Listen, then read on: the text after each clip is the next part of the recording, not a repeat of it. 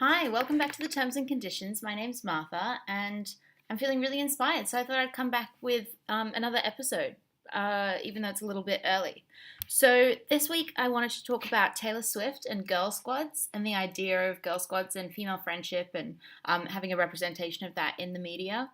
And I've got some complex thoughts on it.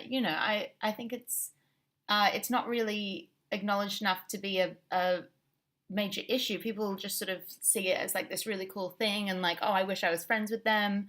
But we don't really analyze the feminist and the sort of broader social political implications of squads and the sort of commodification of friendship. Cool. So I just want to like outline what I'm specifically referring to. I'm sure a lot of you who engage with sort of Instagram and like social media and pop culture and stuff, I'm sure you know what I'm talking about. But Taylor Swift is kind of the center of what they refer to as the girl squad. And it's got lots of like supermodels in it. So it's got like Cara Delevingne and Gigi Hadid and Carly Kloss, Martha Hunt. And then like Selena Gomez and Haim, the three Haim sisters, and a couple of other people. And they, one of the major sort of blockbuster girl squad texts, like canon texts, if you will, was the Bad Blood music video where she featured like all of her friends, like all of these cool people. They also had like random people, well, probably not random, but older generation like Cindy Crawford. And heaps of like famous faces. It's just like chock-a-block full of famous faces and people you recognize, and they kind of all hang out outside of Bad Blood was like an idea that stemmed from them hanging out rather than the other way around. I believe. I'm not part of their squad, and that's probably why I'm so bitter. But they live this like really cool life. They hang out. They Instagram a lot. Taylor Swift has this like iconic 4th of July party where she invites everyone, and she's usually got a boyfriend. So like a year ago it was Calvin Harris. This year it was Tom Hiddleston, and it's so there's kind of that aspect of the squad as well. God, I sound ridiculous taking this squad so seriously, but it is, it's a really interesting and new phenomenon, and it's worth talking about. Okay, so I want to talk about the strength of female friendship and the validity of female friendship. And I think it's really easy, and in fact, I've been guilty of it in the past, of trying to distance myself from female friendship specifically and just saying like, I just prefer the company of guys, and like, girls are just so much drama, and like guys, like it's just like so much more chill.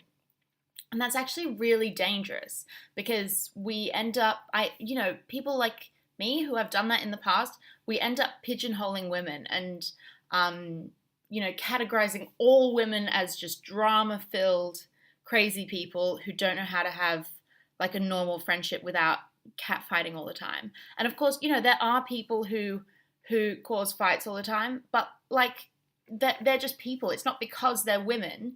Well, I mean, it's a sort of chicken and the egg situation, but like, it's not because they're women. It's because they cause drama. And like, there are men who do that. There are women who do that. There are people in between who do that. Like, just people do that. And it doesn't matter sort of the outward characteristics of that person. There are people who are full of drama, and I think it's really dangerous to just say like, it's all women, and like therefore I'm not going to hang out with any women because it's just always drama. And now my best friends are female. Like I have sort of guy friends, but the people who I spend the majority of my time are either like my mum or like a few close girlfriends, or my cat who is a male, but like it's okay. Like we're not going to hold that against him. So I think it's really important that female friendship in this way, in like such a sort of cool way, is being portrayed as like this awesome thing to engage with, and it is important that we see groups of female friends, and even like more recently we've seen like Amy Schumer and Jennifer Lawrence, who are slightly problematic because they're just like white feminists, but and they don't really like have any, they don't really espouse any intersectional beliefs, even though they have the platform for it. That's like a whole other podcast in there. But that kind of like having those like hashtag goals of female friendships is a cool thing, and I think it's cool to espouse those beliefs.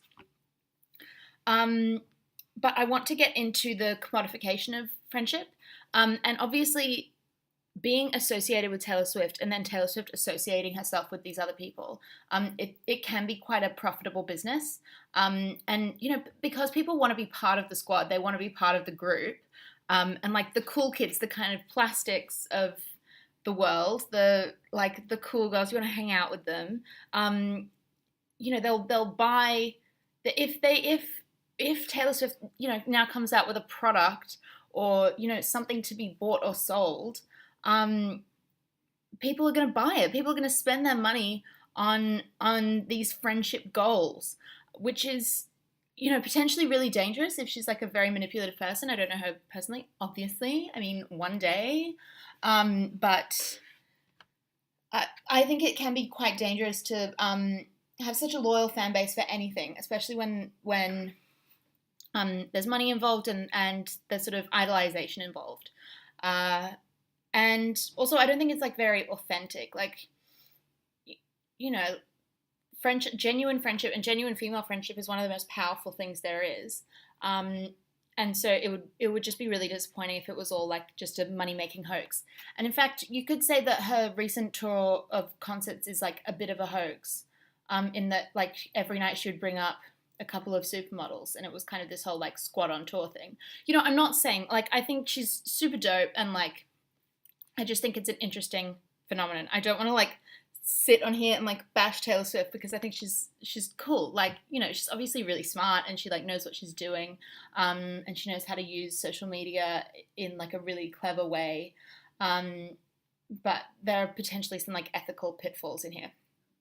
Okay, now I want to get onto a recent Demi Lovato quote. So she was quoted when asked about like the Girl Squad.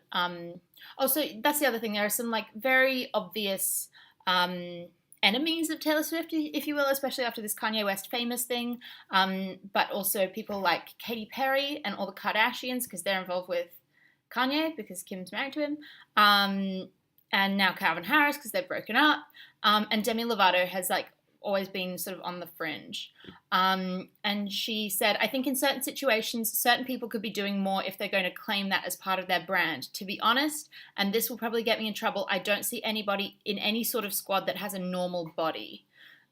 She said, and she also said, it's kind of this false image of what people should look like and what they should be like, and it's not real, it's not realistic.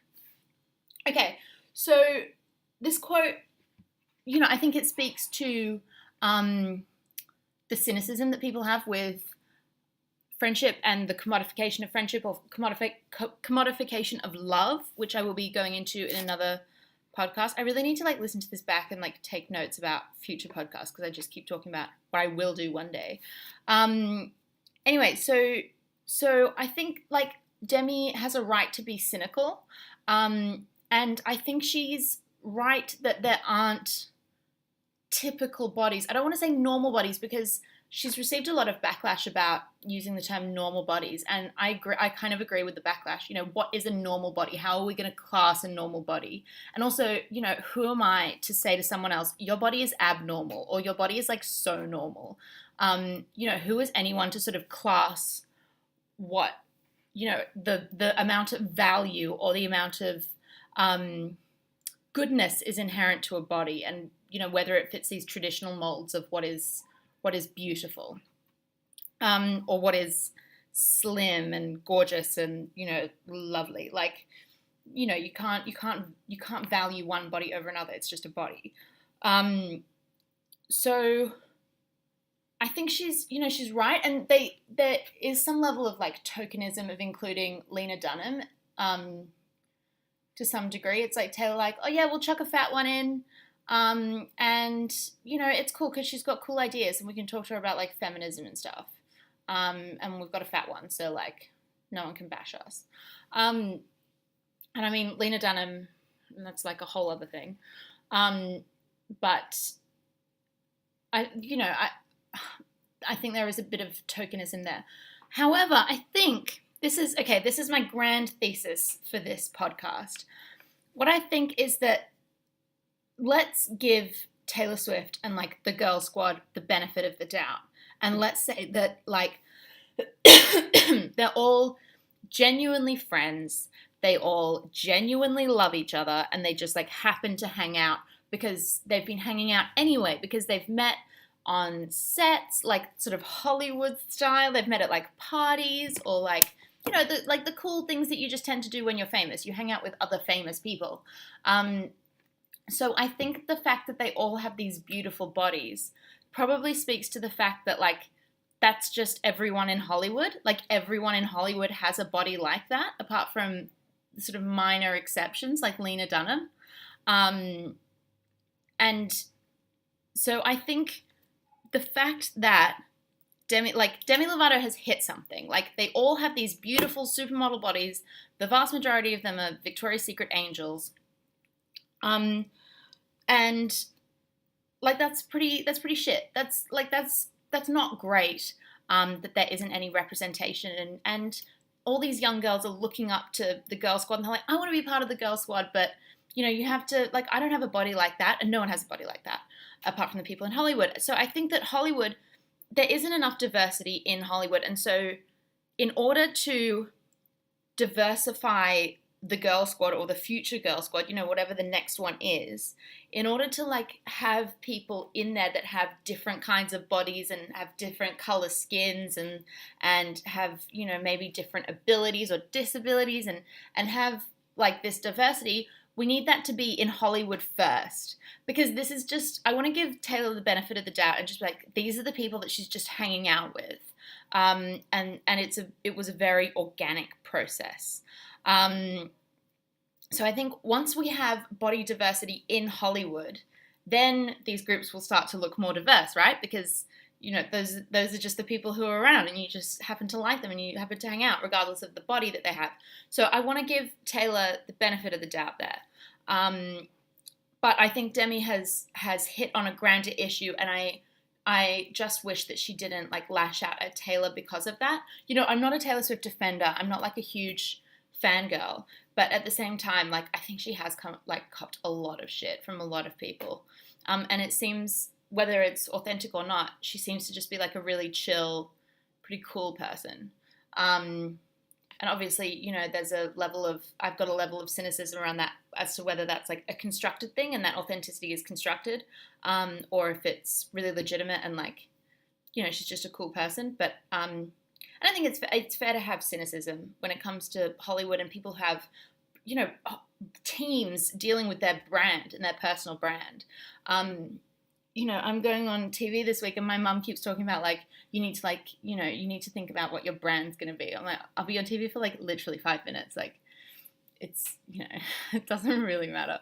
I'll just wear all black and it'll be like me in real life. So yeah, I think that once we have diversity in Hollywood and we have producers and, you know, high-level executives who represent the population, then we'll have the people who are acting and being hired by those producers be diverse, and then we'll have like the girl squads. I think we've got to deal with it top down. We've just got to keep plugging away and talking about diversity and talking about, you know, like the fact that it is just the straight white men out there who are making all these decisions and sitting around in boardrooms and being like, I think this is what Taylor should do next. Or this is what I think whoever should do next. I mean, it's a system, yeah? It's an industry. And I want to go really into depth talking about quotas and affirmative action for women and people of colour and people of different abilities. I don't know what the politically correct term is for people who have disabilities. I definitely don't want to offend anyone, and I'd love it if someone could correct me or like pull me up on it, because like, is it differently abled people or like a person with disabilities as opposed to a disabled person? I don't know. If someone could like hitch a girl up with that, that would be awesome. Yeah, so I think, the more that we talk about what we want to see, and the more we invest in pieces of work that have diverse casts or diverse writers and producers and kind of backstage teams, the more we show our willingness to engage with that content over other kinds of content that are whitewashed or that are like, just straight white people who are doing stuff. The more Hollywood will listen. Hollywood isn't necessarily linked to, and I'm not just talking about like Hollywood. I'm talking about singers and actors and I don't know, like other people, all the talented people who make lots of money. Like they're great. I love them. I follow them all on Instagram, every single one of them. But Hollywood doesn't necessarily care about any particular person or any particular project. They just go, like these high-level producers, they just go where the money is. They just listen to what the people like. They listen to where the people put their money, and they invest in that, and they push that product until it dries out and people stop spending their money on it. So, we've got to show our support for things that we really care about and say, like, we like diversity. Like, we will spend our money on a diverse cast. We will. You can rely on that, and therefore you should be creating more of this content. So I think it's about support, and then I think, the whole back catalogue of things will catch up, and then we'll be seeing more diverse girl squads. So that's it. That's my grand thesis for this beautiful Sunday morning. I've been up since like 3 a.m. working on an assignment. And I was just feeling really energized and wanted to like jump on, and this is something I've been meaning to record for a while. This is something I've been stewing over. Also, like, I'm not currently part of a girl squad. Every time I sort of see one individual friend, we say like, oh, we should like get some more people to join our girl squad. So if you want to hit me up and you're looking for like a girl squad in Sydney, I'm around. Like, probably not for much longer, actually. That's a whole other thing. Yeah. Okay, I think that's it from me today. I hope you enjoyed this. This was rather off the cuff. I was just feeling inspired. I hope you have a beautiful day or evening. Please treat each other with kindness and love yourself. Be kind to yourself today. Okay. I'll talk to you soon. Bye.